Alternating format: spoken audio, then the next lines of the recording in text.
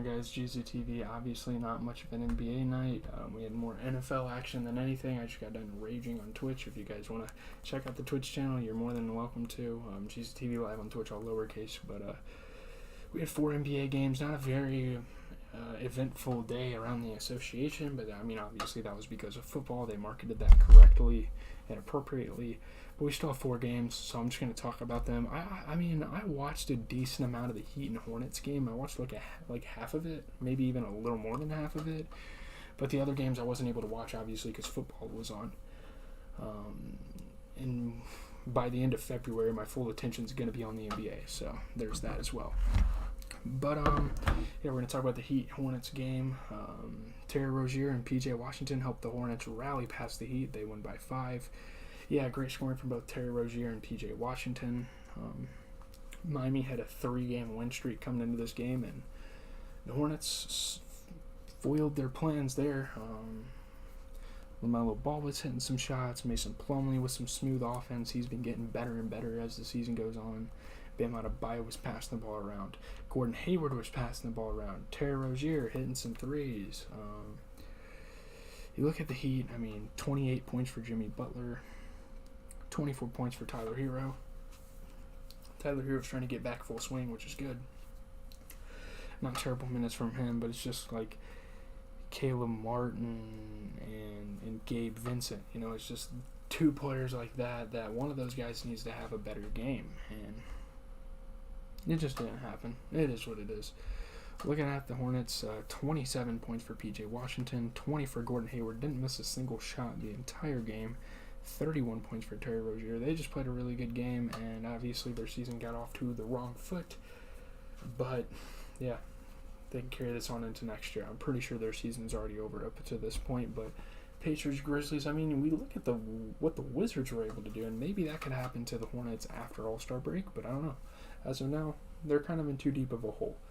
But Pacers, Grizzlies, Grizzlies used Ja Morant's triple-double, and they rallied to beat the Pacers.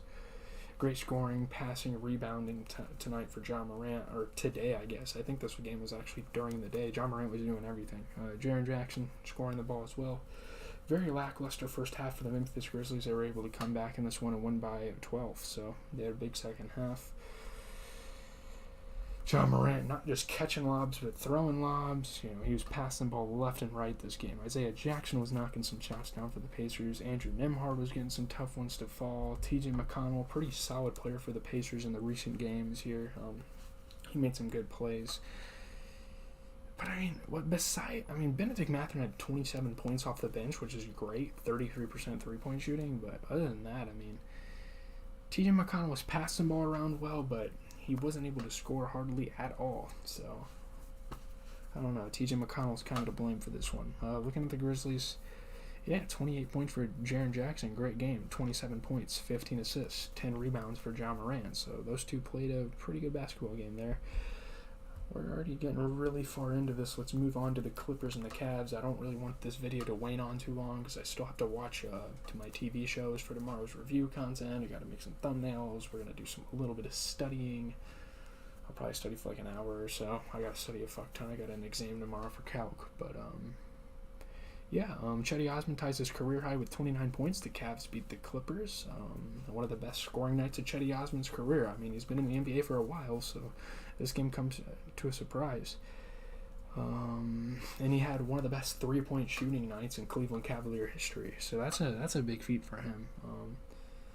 They built up a 40-point lead at one point in this game, and they ended up able to win by 23. They beat the Clippers. So it's a good team. I would be proud of this one. This is a good team and a win in the fashion they did. Jared Allen dunking on people. He's gotten dunked on in the past in the NBA, but now he's doing the dunking. Cedi Osman dunking some stuff down. Dean Wade was playing some good defense. Isaac Okoro was hitting tough shots. Darius Garland, smooth offense. It was Cavs throughout the entire game. Obviously, the Clippers didn't have anybody, but Moses Brown off the bench still managed to go for 13 points and 16 rebounds, and Brandon Boston, probably one of the better games of his early NBA career. He had 24 points. He shot 33% from 3, but it's just guys like Nicholas Batum. I think Nicholas Batum might have got hurt or something. He just didn't play that much. He got off to a bad start, and they just decided not to play him for the rest of the game. I'm not really sure what's up with that weird coaching decision. But looking at the Cavs, I mean, 16 points, 10 assists for Darius Garland off his 67% three-point shooting. And again, 29 points off the bench for Cedi Osman. Didn't miss a single three. So, yeah, great stuff there for those guys. Moving on to the finale of the night, and not the best game, but obviously the biggest storyline is Bucks and Pelicans. I mean, Pelicans, I wouldn't say they have anything to worry about just yet, but my goodness, I don't know what's going on here. Giannis Antetokounmpo scores 50 for the Bucks. The Pelicans lose their 8th game in a row. Yeah, it's definitely looking concerning for them. Great scoring and rebounding for Giannis, though. 50 points, absolutely insane. You can't really be too surprised about that at this point, though. They destroyed the Pelicans. They won by 25 points going off. Second 50-point game for Giannis this season. Brook Lopez looking like one of the best defensive players in the league. He had a block. Jackson Hayes was able to dunk it down. Giannis Antetokounmpo was just throwing shit down. He was elevating. He was getting up there, dunking on anyone, fearless at the rim. I mean, I guess Larry Nance had 10 points and 12 rebounds off the bench, but I don't have too many positive notes. I mean, Najee Marshall and Jackson Hayes are both guys that need to improve their game for the franchise, and I don't know. There's really not much to say there. Looking at the Bucks, though, 50 points, 13 rebounds for Giannis Antetokounmpo. That's the one-man show. I mean, he shot 75% from three.